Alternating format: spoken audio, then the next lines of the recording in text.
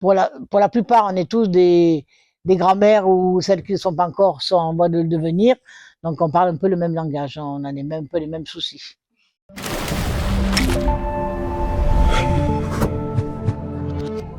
Le 8 octobre 2025 s'est tenue la commission des familles, événement où est élaboré le nouveau projet social du centre social du Jas de Bouffan-Nord. Son directeur nous raconte. C'est une grande réunion de concertation des habitants.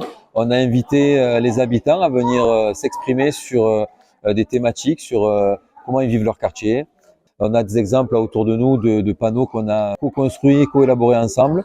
Et on a aussi profité de cette journée pour évaluer les objectifs du précédent projet social qui se termine. Attendez, laissez-nous vous expliquer. Un projet social, c'est une feuille de route listant des objectifs à atteindre. Il est construit en collaboration avec les habitants du quartier, puis validé par la Caisse d'allocation familiale, la CAF. Ce processus permet au centre de disposer d'un agrément centre social, valable 4 ans maximum et débloquant les financements nécessaires à la mise en place du projet. Cette commission des familles a donc été l'occasion de travailler sur un nouveau projet social. L'aventure pour nous a commencé fin 2022, début 2023 où on a récupéré les locaux, on a démarré l'activité de centre social, on a recréé une équipe et on a obtenu un agrément centre social pour une période de 3 ans.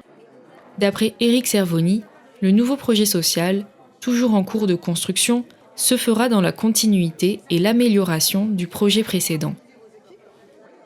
Nous avons ensuite demandé à Nicole Julien, adhérente, ce qui selon elle pouvait être amélioré dans le centre. Je pense qu'il faudrait améliorer la mixité.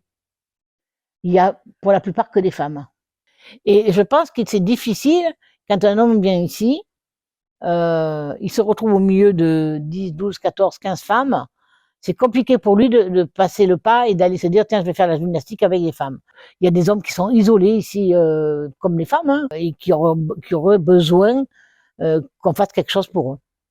Oui, la mixité homme-femme. Alors c'est vrai que c'est quelque chose qui date de très longtemps hein, dans les centres sociaux. Moi, ça fait 20 ans que je travaille dans les centres sociaux, j'ai toujours entendu ça. Moi, je pense que les gens viennent s'ils ont un intérêt. Et c'est vrai que culturellement, il y a peut-être des espaces qui sont plus dédiés soit aux hommes, soit aux femmes. Je prends un exemple, hein, un terrain de boule, on verra plus d'hommes, un bar, on verra plus d'hommes, et un centre social, c'est plutôt fréquenté par les femmes.